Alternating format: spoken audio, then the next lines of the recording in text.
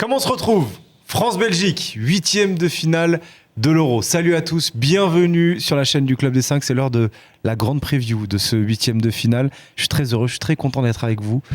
Voilà, ça sent la poudre face à nos meilleurs ennemis francophones. Ça va être cool à analyser. On a hâte d'être lundi. Avec moi aujourd'hui, Walid Acharchour, bonjour. Bonjour Romain, bonjour Elton, bonjour à tous. Ça va? Ça va super, au top. T'as hâte aussi Oui, ou pas? on a hâte, on est excité de ce match France-Belgique qui raconte pas mal d'histoires, que ce soit dans le passé ou même ce qui peut se passer dans le futur. Entre une nouvelle génération belge et puis peut-être une fin de cycle de la part de l'équipe de France avec Didier Deschamps ou non. Donc ça donne un match à fort enjeu et ça va être excitant. Ça va être bien. En vrai, ça va être bien. J'ai hâte de voir ce match-là en tant que Français, forcément, mais aussi en tant que fan de foot. Et je sais qu'il y a pas mal de Belges qui nous regardent aussi, qui ont hâte de cette rencontre-là en tant que Belges et aussi en tant que fan de foot. Elton Mokolo. Salut Romain, salut Walid et salut à toutes les personnes qui vont regarder cette vidéo. Toi aussi, t'as hâte ou pas? Écoute, on a envie de voir la bataille de Düsseldorf, c'est comme ça que je l'ai baptisé, parce que c'est pas tous les jours que l'équipe de France a un 8e de finale aussi serré, aussi rude. Il y avait eu l'Argentine en 2018 et depuis, il y avait eu la Suisse qui nous avait éliminés et la Pologne en 2022. Donc retrouver un 8e de finale comme ça, moi ça m'intéresse. Düsseldorf, pelouse pas dingue. Hein. Ouais, on s'en rappelle au premier match contre c'est l'une des moins l'Autriche. bonnes pelouses avec Cologne et j'ai oublié le dernier, Francfort. Ouais. Donc, mais ça va être intéressant. Avant de parler de France-Belgique, petit moment promo. On va remercier tous les partenaires du Club des 5, Winamax et notre nouveau partenaire, Un Bon Maillot. Un Bon Maillot qui est ici. Puis c'est l'heure d'un unboxing un petit peu. Ça fait longtemps que je n'ai pas fait d'unboxing. Donc on va ouvrir un petit maillot et on va le faire gagner aux socios. On vous rappelle, Un Bon Maillot, vous pouvez acheter des coffrets comme ces box euros, comme ça, là, qu'on voit aussi sur la caméra de Walid. Voilà. Vous pouvez acheter ces coffrets et vous ne savez pas quel maillot vous achetez et vous avez une petite surprise en le recevant chez vous. Le maillot du jour qui sera à gagner, c'est un taille L. Donc pour ça, je vous rappelle, vous mettez que vous faites bien la taille L dans les commentaires et que vous êtes intéressé par le maillot. Je rentre bientôt dedans, moi. Taille L, c'est bientôt pour toi? Ouais. C'est l'Albanie. Ce n'est pas l'Albanie. C'est quoi? C'est la République tchèque? Ce Mais n'est non. pas la République tchèque. Mais non. C'est un 8e de finaliste. C'est la Géorgie. C'est la Géorgie. C'est la En Géorgie. plus, c'est totalement ma taille L. Le maillot de la Géorgie. ouais. Plutôt pas mal. Miko Tadze. Alors il est pas Non, floqué il n'est celui-là. pas floqué. Il est pas floqué celui-là, mais vous pouvez mettre le maillot, vous pouvez mettre Miko Tadze, vous pouvez mettre Kvaratskhelia. Taille L, il est beau, hein? Ouais, Il est beau. pas mal, hein? Et donc on le fait Je vais gagner à mettre- qui? On le fait gagner à un socios qui Enfin, aura commenté on le fait gagner, on se comprend. Non, en on fait théorie. Ouais, Alors en vous théorie. voyez pas, mais il y a J'ai le volet, des quoi. petites croix et tout. Franchement, il est hyper Exactement. sympa. Vraiment bien. Maillot de la Géorgie, comme ça. Voilà, je le mets là. Comme ça, on le voit tout le temps. En plus, il y a des écritures et tout. Trop bien. Voilà, maillot de la Géorgie à gagner. C'est dans C'est les avec ce commentaires maillot qu'ils vont battre de la l'Espagne, preview. C'est un taille L, donc ça, si vous faites pas la taille L, ça sert à rien de faire participer au concours parce qu'il sera trop grand pour vous. Et si vous pouviez être en France, ça m'arrangerait que j'ai pas envoyé les maillots Saint-Pierre-et-Miquelon là. Même si Saint-Pierre-et-Miquelon c'est la France, mais bon.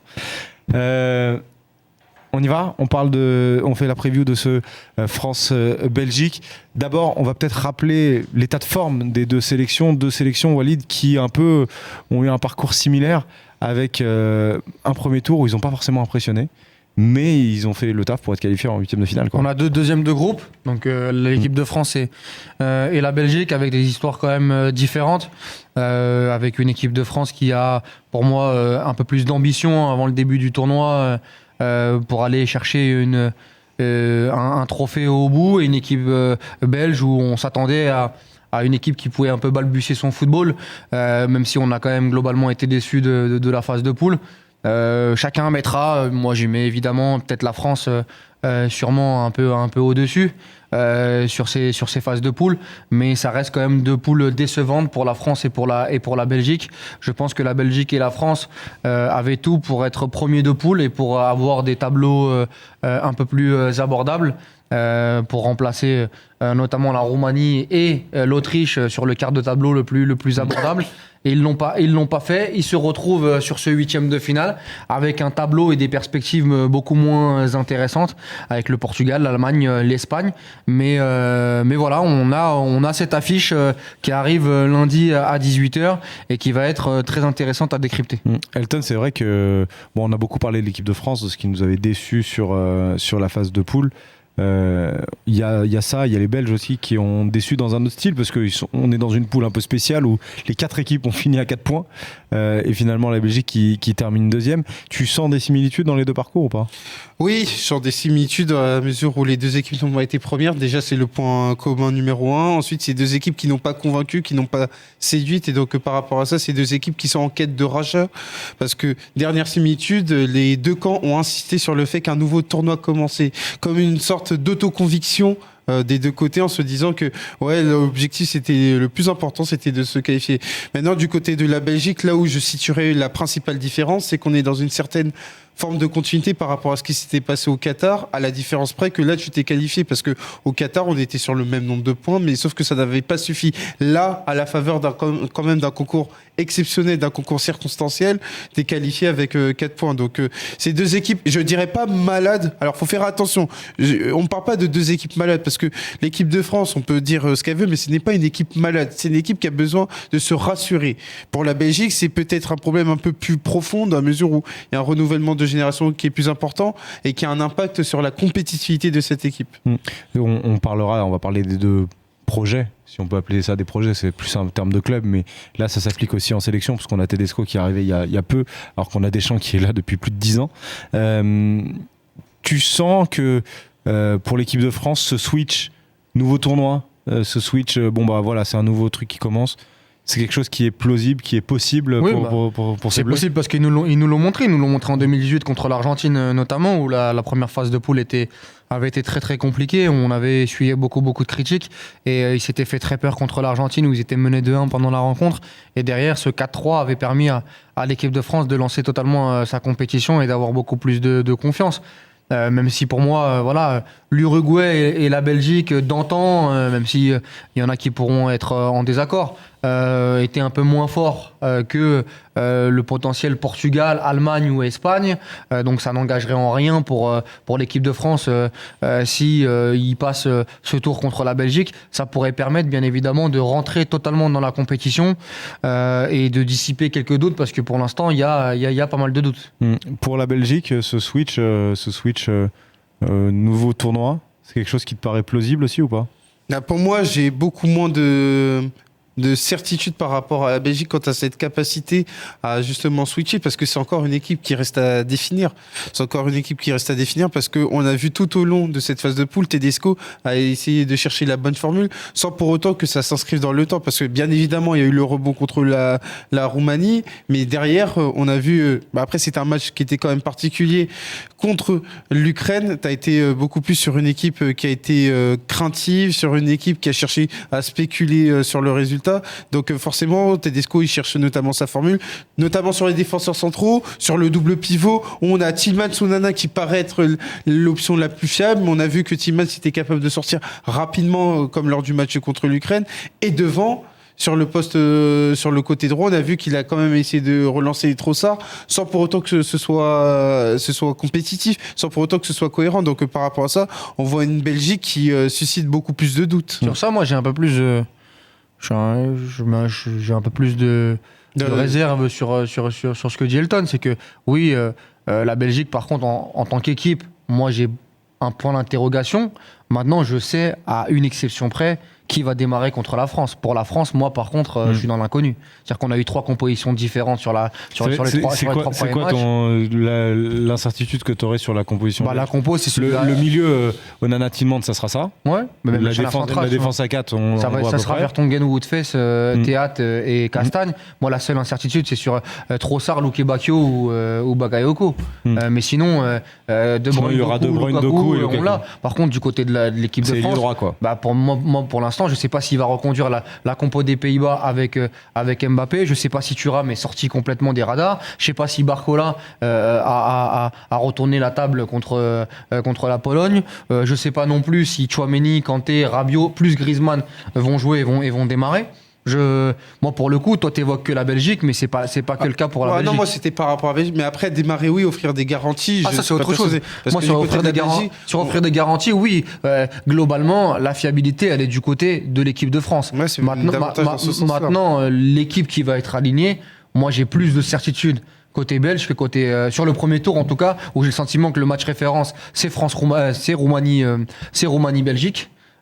Et que ce 11-là va redémarrer. Alors, sur les facteurs qui vont être importants pour cette confrontation en huitième de finale, on va les faire de plusieurs parties, les facteurs footballistiques et aussi les facteurs mentaux, parce qu'il y a un historique entre la France et la Belgique, on y reviendra un peu après. Quelles sont les forces de l'équipe de France, Elton, qui peuvent véritablement faire mal à cette équipe de Belgique ?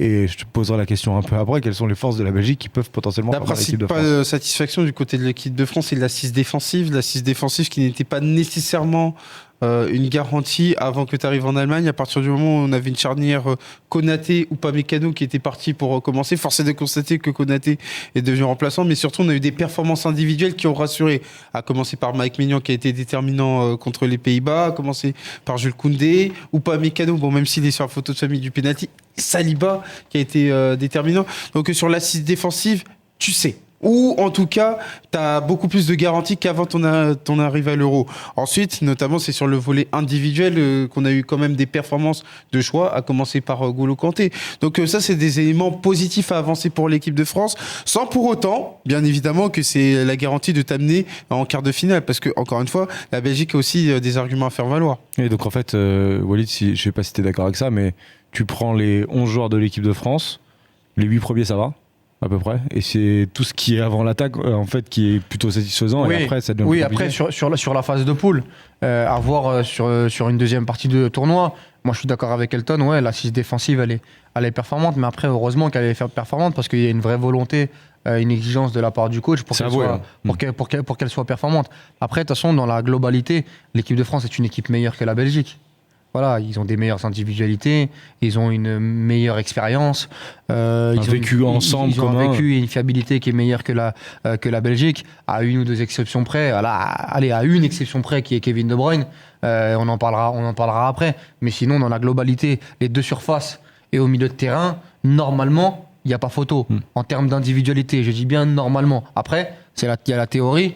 Et il y a la pratique. Parce que si on doit faire vraiment le match-up entre défense-attaque, c'est-à-dire défense française face à l'attaque belge, et l'équipe belge a des arguments et peut faire mal à cette équipe de France, notamment défensivement, mais défensivement, ils nous ont quand même rassurés. Et de l'autre côté, si on doit faire le match-up attaque France et défense belge, normalement, on doit être bien au-dessus théoriquement. Sauf que dans la pratique, depuis le début de la compétition, en termes d'efficacité, on est très loin de nos standards. Mais quand tu vois aujourd'hui Griezmann, Dembélé, Mbappé, Barcola, Giroud, Thuram face à Castagne, Woodfess, Vertonghen et Théâtre, normalement, il ne doit pas avoir photo.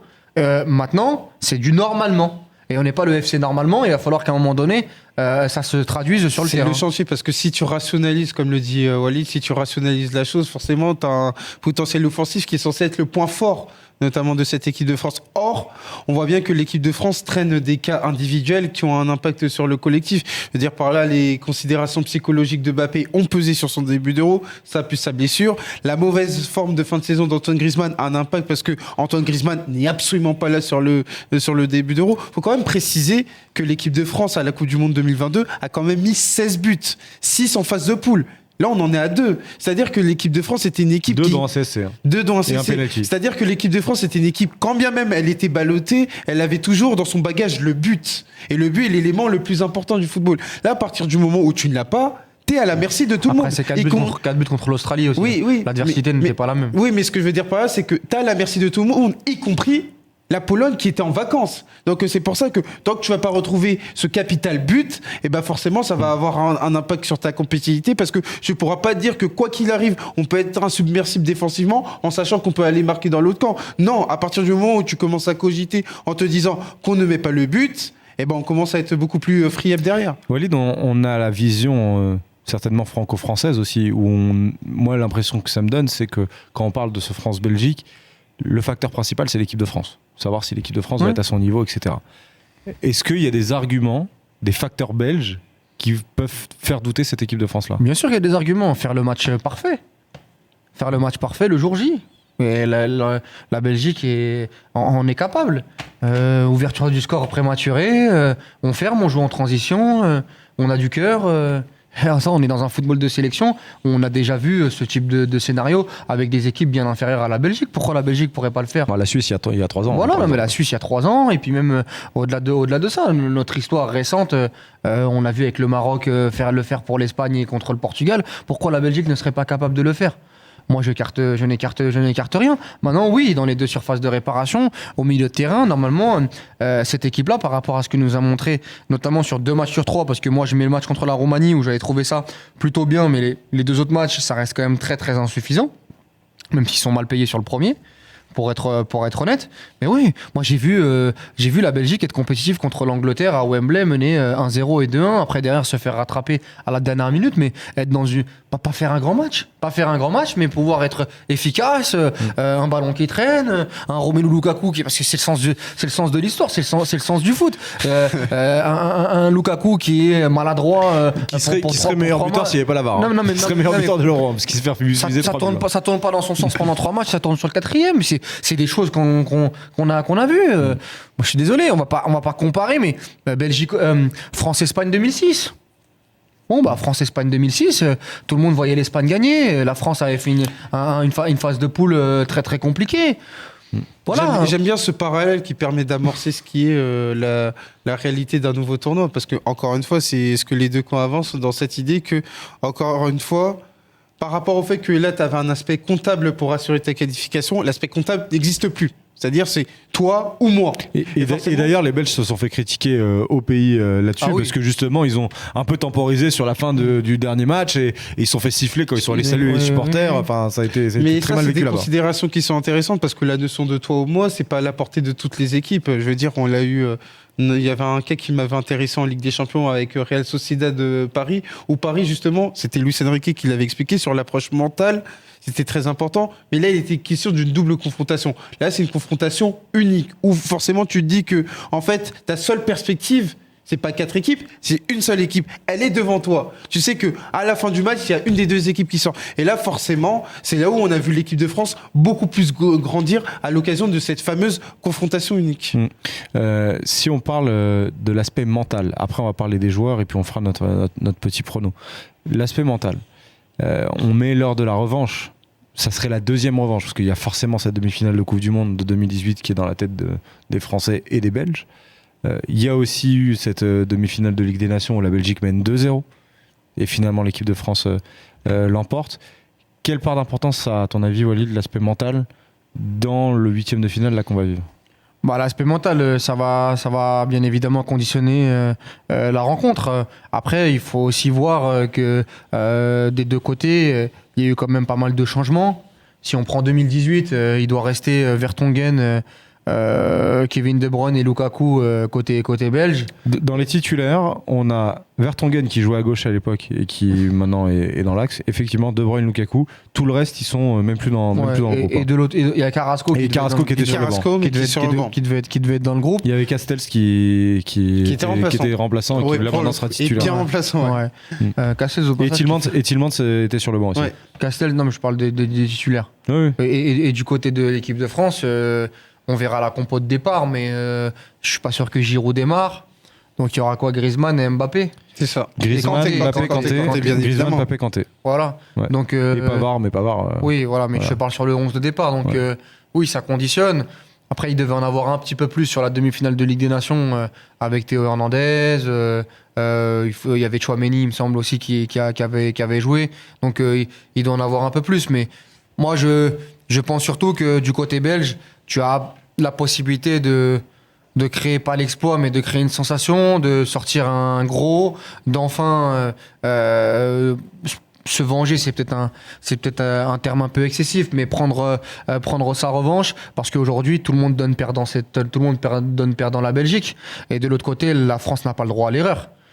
Donc sur la gestion mentale, peut-être qu'il y a un côté psychologique qui est en faveur de l'équipe de France par rapport au match-up et par rapport au head-to-head comme les appellent les talismans, les face-à-face. Mais de l'autre côté, on a aussi peut-être une pression qui peut être démesurée du côté de la France, parce que si tu as une deuxième élimination en 8e de finale d'Euro, ça va commencer un petit peu à être compliqué. Ouais, ça fait des ordres, ça peut faire des ordres, surtout que ça fait 24 ans que tu n'as pas gagné l'Euro.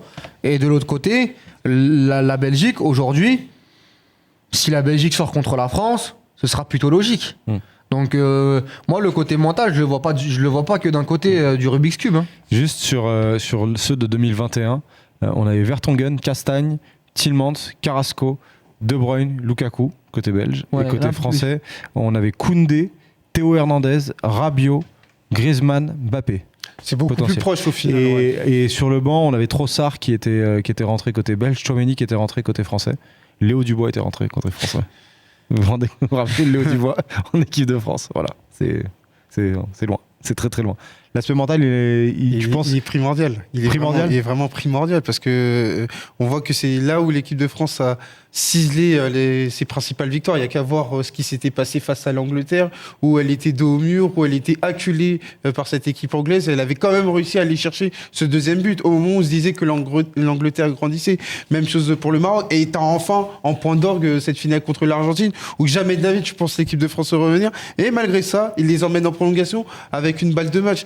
On sait très bien que la dimension mentale du côté de l'équipe de France, celle de se dire que quoi qu'il arrive, on reste la meilleure équipe, elle est très forte. Il n'y a qu'à voir en plus la déclaration récente de Saliba, où il n'y a pas de peur du côté de l'équipe de France, parce qu'ils adorent ces matchs coup près, où c'est à la vie, à la mort. Reste à voir que s'ils vont être en adéquation avec ce qu'ils disent notamment en conférence de presse ou en zone mixte. Si on doit s'intéresser aux individualités, je vous demande un joueur par équipe. Walid, qui pour toi va être déterminant en équipe de France. En équipe de France. D'abord, si tu veux, en équipe de France. En Belgique, en équipe de France. Vas-y. En équipe de France, c'est Mbappé. Mbappé, tu peux rajouter Griezmann aussi, qui va être très important dans son rôle de créateur et qui doit retrouver une vraie forme, que ce soit dans l'aspect physique, athlétique et même dans la créativité. Donc, moi. Plus Griezmann ou plus Mbappé pour toi? Après, Elton, il pourra choisir l'autre. Je vais dire Griezmann alors. Je vais dire Griezmann parce que Griezmann doit être piqué de son premier tour pas bon, de la gestion de Deschamps, de l'avoir mis sur le banc. Et on doit retrouver la meilleure version d'Antoine Griezmann. C'est ce qu'on avait eu notamment à la Coupe du Monde, jusqu'à la finale. Et là, il doit aider ses partenaires et il doit redevenir celui qu'on a connu. Et pour l'instant, c'est pas le cas. Mbappé, toi? Je dirais spontanément Mbappé, parce que comme je l'avais dit avant le tournoi, Kylian Mbappé pour la première fois attaque une compétition internationale en étant supposément le meilleur joueur de cette compétition. Force est de constater qu'il ne l'a pas encore montré. Et donc par rapport à ça, alors oui, il y a eu cette action provoquée contre l'Autriche où il y a le CSC, oui, il y a le penalty. On ne peut pas dire que ce soit suffisant. Et ça correspond à quoi? Ça correspond au fait que l'équipe de France, offensivement, est en difficulté. Donc l'équipe de France et Kylian Mbappé ont besoin de se rencontrer sur le plan offensif pour avoir, une équipe de France plus compétitive, et deux, Mbappé, un joueur qui soit positionné pour être le meilleur joueur de cette compétition. Donc moi, par rapport à ça, le danger numéro 1 ou la menace à suivre du côté de l'équipe de France s'appelle définitivement Kylian Mbappé. Côté belge, KDB? Ouais, KDB, Kevin De Bruyne. Même si Lukaku sera aussi très important et que les défenseurs seront importants et que le gardien sera important. Parce que le gardien. Tu disais, s'il faut faire un match à 100%, il faut qu'il y ait tout le monde qui soit là. Parce que le gardien fait un bel Euro. Castells. Dans des conditions qui ne sont pas forcément faciles, parce qu'on sait la brouille qu'il y a eu entre Thibaut Courtois et Tedesco. Voilà, que Castells arrive à s'imposer et être bon. Ouais. Et on a moi j'ai envie d'avoir, enfin, du côté de la Belgique, un Kevin De Bruyne qui répond présent. Il l'a été contre l'Ukraine, contre la Roumanie notamment. Mais là, dans ce type de match-là, surtout avec ce qui s'est passé avec les supporters, notamment à la fin du match, ses prises de position dans les conférences de presse où il assumait totalement ce qu'il avait fait. vaut mieux qu'il soit présent dans ce type de rencontre parce que pour l'instant, Kevin De Bruyne, avec la Belgique, on a le droit d'être insatisfait par rapport au talent et par rapport à ce qu'il fait avec Manchester City. Donc ouais, Kevin De Bruyne est bien évidemment attendu à l'accueil du magasin.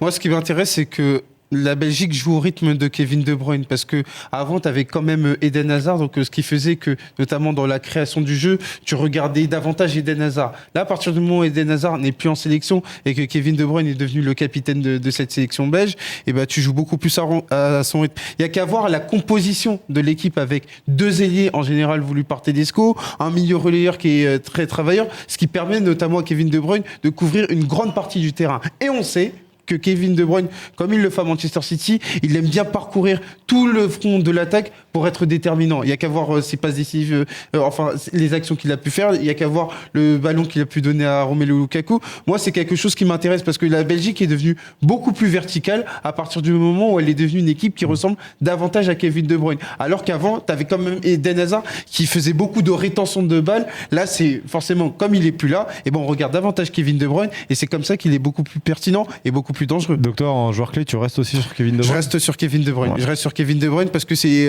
celui qui doit traduire ce que fait la Belgique offensivement. C'est simple et complexe à la fois. C'est simple parce qu'à partir du moment où il arrive à se connecter à Romelu Lukaku, il y a danger, comme dirait Jean-Michel Larquet. C'est complexe parce que factuellement, on l'a pas beaucoup vu sur la compétition. Bon, alors je pense qu'on a donné toutes les clés. On va passer au moment prono maintenant. C'est le moment au tableau par Winamax. On vous rappelle que Winamax est partenaire du Club des 5 depuis maintenant très longtemps et on remercie Winamax d'être avec nous et de nous aider à pouvoir nous développer. Nous, on vous rappelle ce qu'on fait avec au tableau, c'est qu'on vous propose des cotes à chaque fois et puis on se fait un petit classement si nos cotes passent. Je crois que le classement il est à jour. Hein. Faraz Hachem a bien bossé pour le mettre. Alors attention. Eh ben on est les 3 premiers les copains. Hein. On est les 3 premiers et ça se resserre sévèrement. Ouais. Après, pour être honnête, il y en a plus beaucoup qui font des émissions sur Ça, depuis c'est vrai, le début de ouais. l'Euro. Bah, donc, si, il y a Mohamed qui en a fait. Mais Oui, désolé. Enfin, de Il y a manière régulière, je ne pense pas. Samy, il en a fait. Najim, on va dire. Najim, il en a fait. Yacine, il en a fait. Enfin, il y a du. Oui, voilà, mais il y a pas que autant Abdel, que en fait. nous. Il y a que Abdel qu'on a viré. Hein. Pas autant que nous. Enfin, pas autant que nous. Je suis désolé, mais si on regarde moi mon nombre d'émissions par rapport à vous deux, j'ai quasiment le même nombre que toi, Walid. Ouais, ça m'étonne, c'est 39-15, là, je comprends pas d'où ça vient. C'est des paris que je fais qui passent. D'accord, ok. C'est voilà, hein, c'est quand Je même plutôt pas vrai. sûr qu'on- Là, par exemple, sur les 2 dernières émissions, j'ai donné la Hongrie qui tapait l'Écosse. Ça, c'est C'était à vrai. 2 des brouettes, 2,40 je crois. Et j'ai mis le 0-0 mi-temps entre la France et la Pologne. Ça, c'est aussi vrai. C'était ce qui était pas mal, tu vois. J'avais mis aussi le nul mi-temps entre la France et les Pays-Bas. Ok. Tu vois, c'est pas fort. mal, tu vois. Ouais. Ouais, t'es impressionné. Moi, j'ai mis Mikota des buteurs. Ouais, ça c'était facile, c'est à tous les matchs. Non, donc, non, j'irais pas jusqu'à dire facile parce que Mikotadze buteur contre le Portugal. Je comprends pas, ouais. C'est des cotes à Ouais. 4,40. Bravo. Ah, bravo. c'était le tour. Mais même contre la République tchèque. Bravo. Non, c'est bien. D'ailleurs, on vous rappelle que le maillot de la Géorgie est potentiellement à gagner. Enfin, à gagner, on se comprend. Bah si, à gagner. De toute façon, tu mets pas du L, toi. Si, je fais du L. Du L. Bien sûr, je fais du L. Toi, tu fais du L. Je Ah, fais t'as du grossi, L. en fait. Alors, Avant, je faisais du US. les XS. les paris, nous on l'a connu, il faisait du 12 ans Ouais. quand il a commencé. Les paris, les pronos autour de ce France-Belgique. On en a un chacun. Donc ça va être d'autant plus important pour le classement, tiens, celui-là. On va commencer par Elton. Elton, il a fait simple. 1-0, bonjour. 2-0, 3-0. Non, Ah ouais. non, parce qu'il a Non. vu que ça passait jamais, ça. Bah, c'est Donc, passé sur le dernier pari, en fait, Belgique-Roumanie. Ah, bravo. Bravo. Et en plus, ça fait 2 sur 3 sur l'Euro. Ouais. Non, lui, il a juste mis la France. Ouais. En 90 minutes. En 90. Je suis parti sur l'équipe de France parce que j'ai envie de mettre en avant la culture de confrontation directe. J'ai envie de mettre la culture match éliminatoire. L'équipe de France sous Didier Deschamps, c'est 11 victoires en 90 minutes, phase éliminatoire. Ce qui est quand même un total qui est impressionnant. Parce qu'on pourrait se dire qu'il y a davantage de matchs nuls, davantage de prolongations. Factuellement, l'équipe de France n'a pas remporté une séance de tir au but. Donc c'est qu'ils sont capables de boucler avant.